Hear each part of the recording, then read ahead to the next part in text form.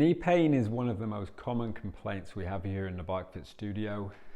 Lots of things can cause it. I'm going to run through the top 5 causes today and how to fix them.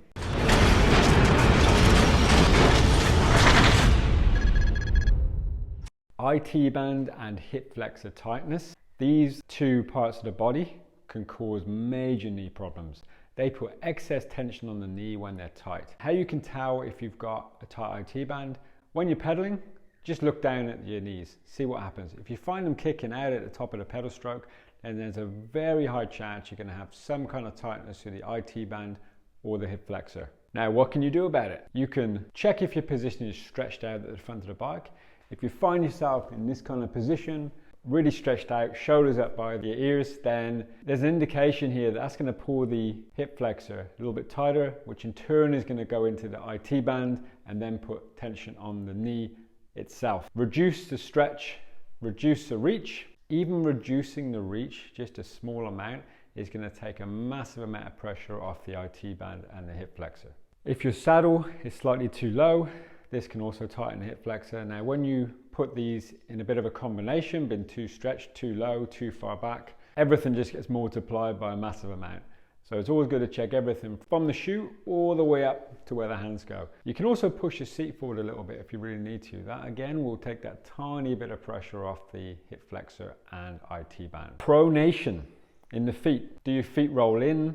Do you get uneven wear on your walking or your running shoes? This can be an indicator that you have some kind of pronation in the foot. I tend to split pronation into 3 subcategories: forefoot, midfoot, and heel. Forefoot can be corrected with cleat wedges. Simple adjustment with some cleat wedges can really help align the knees. Custom footbeds or custom orthotics can really help support the midfoot and the heel. Heel pronation and forefoot pronation can go all the way through, or you can literally have almost a twist in the foot where you've got nothing at the back and everything at the front. Wedges and a combination of footbeds can really help if you really pronate through the whole foot. I can't stress enough how important that cleat to pedal interface is. All your power enters the bike at that point. Bad cleat positioning. Have you had your cleats swapped without really getting checked between shoes? Have you put new cleats on and just lined them up pretty roughly? All indicators that there could be a problem here that's causing the knee pain. Checking the cleat float. Different pedal brands have different adjustments and different types of cleat to cater for this. Pedal stance width or Q factor. Another overlooked part of bike fitting generally. If you're a larger rider, someone with wider hips, you're going to need a wider pedal stance. So you can fit these little spaces, what we call Q factor spacers. These go anywhere from 1 mil up to 20 mil. And they can really open up your pedal stance to match your hip width. All your pedaling then will literally be coming right down the middle and not almost at a V.